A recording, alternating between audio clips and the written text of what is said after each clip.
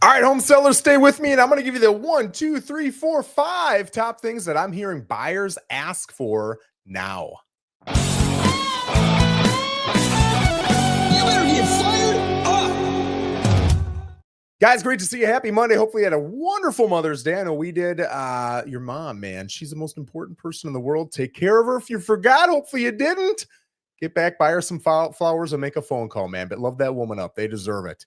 So today I'm going to talk about the 5 things that I hear from buyers most when it comes to the criteria they're looking for in a specific home in Port St Lucie. Now, that doesn't mean they're not asking for other things, and every buyer's different, so you won't agree with all these things, but these are just the top 5 most common. Now, some of these things you might hear and be like, hey, maybe I can do something about this. Some of the things, these things you're going to hear, and even I would tell you it doesn't make sense to do things about these. You're just not going to get the return on investment, right? So we'll go through these top 5, and you can kind of take it and do what you want with it if you're going to be an upcoming seller or you're currently selling now. So the first one is a pool. We're in South Florida. If I look up home listings at any time here in Port St Lucie, I'm going to find that 23% of them have a private pool, right? Now, I'm not talking about a pool where you've got something at the HOA and it's a community pool. I'm talking about something in your backyard that only your family has access to. It's something that probably half the people that I'm talking to are asking for. There are a few people who just are completely against it. They've either had it or they don't want the cost, or it increases the price, brings them out of their price point. But anybody looking really at like $450 and higher, I would say that 50% of people asking for it probably goes to maybe 70 or 80%. It's a lot of people that want it. Now, not everybody will do it, because it does come with an added cost. I've done other videos on the additional costs you can expect to take on. Not the month. Well, I've done that video too on the monthly cost of a pool, but I'm talking about if you've got home A and home B and they're exactly the same, the only difference is a pool. That pool might cost 80, 100, 120 grand to put in. But when you look at what you're going to get out of it, you're probably closer to 40, 50,000. That 40, 50,000 is a number that a lot of home buyers just don't want to pay. Or if they're going to pay it, they want it in more space or more upgrades and amenities, right?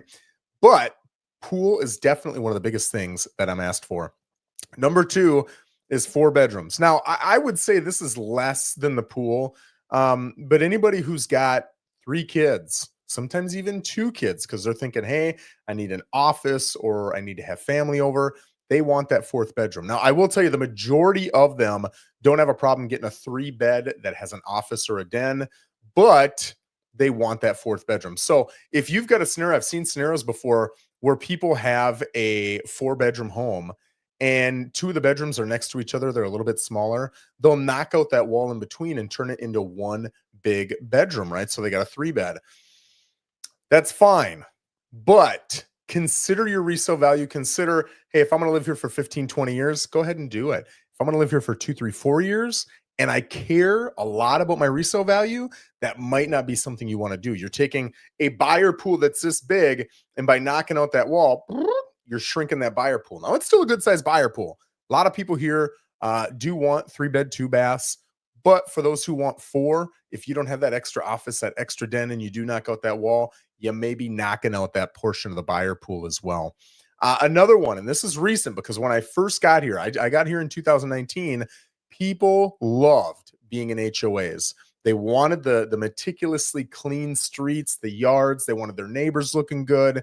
Even though nobody wants rules imposed on them, they want the rules imposed upon their neighbors, right? Because they wanted increased values. And for me, I can speak to it. I don't want to mow my lawn. I don't want to take care of my pest control. I don't want to trim my shrubs. I love it that a company comes out and does that stuff. However, with prices having gone up and mortgage rates having gone up, what I'm seeing is people are trying to find any way they can to cut costs to get into home ownership. And the way to do that, or at least one way to do that, is to cut out the HOA and the costs associated with that. So if you're in an HOA, just realize, well, it may have been sexy 4, 5, 6 years ago. It's becoming less and less appealing as prices continue to stay high and mortgage rates continue to stay high as well.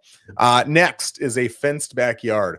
Man, people got pets and people got kids. And when you got pets and you got kids and you're busy, which we all are, you don't want to lose your pets. You don't want to lose your kids. So, man, if I can get that fully fenced backyard, I feel a little bit more comfortable. If not, then I've got to shell out, or at least it's my perception that I'm going to have to shell out maybe $8,000, $10,000, $12,000 to get my yard fenced. Well, that's not exciting. And that's not funded into the loan. If I buy your home for $8,000 more, because you've added 8 grand for the fence. Well, I can fund that. It goes into my loan. And now my loan maybe goes up, $55 a month or something like that because we've got the fence and it was 8 grand more. But if I got to buy your home without a fence and put the fence in, now I got to shell 8 grand out of pocket. That's way more painful than $55 a month for people. So if you've got a fence, holy smokes, does it help? Are you going to get $8, $10, $12,000 out of putting in an $8, $10, $12,000 fence? No, you're not. So I'm not telling you to put that fence in. In fact, I would tell you not to put that fence in. But if you've already got a fence up, absolutely do not tear it down. If you've got a fence up and all you're missing is like from your neighbor to your house and your neighbor to your house, and that's going to cost you maybe $1 grand or $2, that might be a situation where I would get it fully fenced so that people can come in and say, okay, my kids, my pets, they can go outside and I'm not worried at all. If you've got a fence and it's not well maintained, specifically the wood fences, it becomes an eyesore instead of an attractive part of what you're selling. Take care of that fence. It is expensive to put up a fence. It is not expensive to maintain it, right? To paint it, to sand it and or stain it is very cheap if you're willing to do it yourself. Of course, if you're going to hire it out, it's going to get a little bit more expensive. But honestly, I've redone my fence. This was years ago, but when I had a wood fence, I got a white vinyl fence now. But when I had a wood fence, I did my fence in a weekend and it cost me a couple $100. It wasn't a big deal. And that was stain, right? So it's not that big of a deal, but I highly recommend if you've got a fence and it's obviously beaten up, man, make that, oh, I almost said a bad word.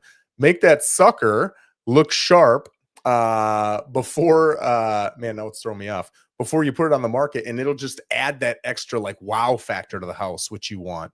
And lastly, and this is probably the biggest one. In fact, the only people who aren't looking for this are very savvy cash buyers, which cash buyers make up a small percentage of all buyers, or investors who are going to come in lower than your traditional buyers. So those, it's an unattractive buyer or a rare buyer. And that's a newer roof. And by newer, I'm going to say 0 to 10 years old. Okay. If you've got a metal roof, you're probably pretty good. If you've got a shingle roof, you're going to want it to be newer. Now, if it's 11, 12 years old, no, I'm not going to change that, but just know it might be a little challenging. If it's 16, 17, 18 years old, now insurance comes into play because a lot of companies aren't insuring once you get to 15 years or more, right? Now, what's the rule? I feel like it changes daily, so take what I say with a grain of salt. But you need a 5-year roof certification from an inspector stating that whether it's a year old or 1,000,000 years old, this roof has 5 years of life left on it. Once it gets over 15 years, it becomes very challenging to find inspectors who will give you that, right? So is it impossible? No, but just be aware that if you're on the brink, if you've got a 19, 20, 21, 22-year-old roof, which a lot of people do because there were a lot of homes put in 2003 to 2005 in Port St Lucie, it's going to be much more sensible to put that roof on if you can than to try to sell it without, and shrinking your buyer pool down so small that the offers you get, they're going to be way less than the difference of if you just put the roof on and the amount you could get otherwise, right? And listen, if you've got a good agent who's well connected and you price it at market, we can connect with a lot of the roofers that I know, and those roofers are willing to put that roof on now, and then when you close, you can pay them. Now they're going to charge you a little bit more for it because they're taking on a risk and everything else. But man, now your buyer pool is as big as it could possibly be. That's awesome. Can you put a roof credit on, right? You can, but again, how are you going to pay for it? If you got the money, just pay for it now. And if you don't have the money, just get a roofer to come put it on now. Just get it done. Because if you don't get it done and they see that the roof is 21 years old and they happen to not read your verbiage that says we'll give you a roof credit, you just lost that buyer for no reason because you're going to be out the money anyway. Just get it done now. So that's my perception on that. Every situation is a little bit different, right? And I'll give you a couple examples. I'll give you one great example. If you've got, I just sold one a couple weeks ago. It was beat up. There was no cute young couple coming to buy that house. It was beat up. It had holes in the walls. It had a leaking roof. The AC was on its last leg. It was like 18 years old. It had carpet in probably 70% of the home, and it was beat up. It was matted down. It was stained. It was pulling up from the edges. I could go on and on. It was dated about all the issues with this home, but there was no cute little couple that was going to buy this home. It was going to unquestionably be an investor. All right. Well, in that situation, the investor is going to be able to get a cheaper roof put on than you are anyway. So let them factor that into their figures and just take the hit. It's better that they pay you 10 grand less than you pay 15 grand to put a roof on and you don't get your money back out of it, right? Just take the hit, but save the cash. So that's a rare situation. So it's not a black and white answer, but in some cases, you're going to want to put the roof on in most cases. And in some cases you won't, right? If you've got questions on that, feel free to reach out to me. You can tell me a little bit about your scenario. I'll ask you some questions and I'll be happy to tell you if I think it's worth it for you to put it on the roof, to put it on. Last thing I want to talk about is just any home will sell if it's at the right price. Okay. So sometimes it's a question of, should we put the roof on? Because if it's going to cost me 15 grand, I want to make sure I get 15 grand back out of it. I completely get that, right?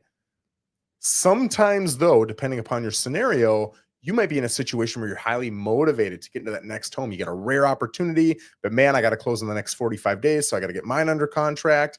And you're going to put on a $15,000 roof. And I tell you, you're probably only going to get 10 or 12 back out of it. Well, that's a loss. You're going to lose $3,000 to $5,000. Is that math right? That math is right. So why would you do that? Well, because your motivation to buy the next home is so large. You don't want to lose out on that. So not in every case, it doesn't necessarily make sense to just do the financially intelligent thing. Sometimes people's motivations make up for money. Sometimes they don't. A lot of times they don't. But I guess my point is, don't just look at the money. You've also got to look at your other opportunities and the emotional aspects of it and how bad you want it. What is your motivation? Guys, I hope that was helpful. Again, those 5 things, I got to cheat on my notes here, are a pool, 4 bedrooms, no HOA, a fenced backyard, and a 0 to 10-year-old roof. Got to get that newer roof on. Guys, thanks for joining me. We're here every single Monday at, I got to think about it, 11 o'clock, where we're telling you what's hot in today's market. Thanks for tuning in. We'll see you next Monday.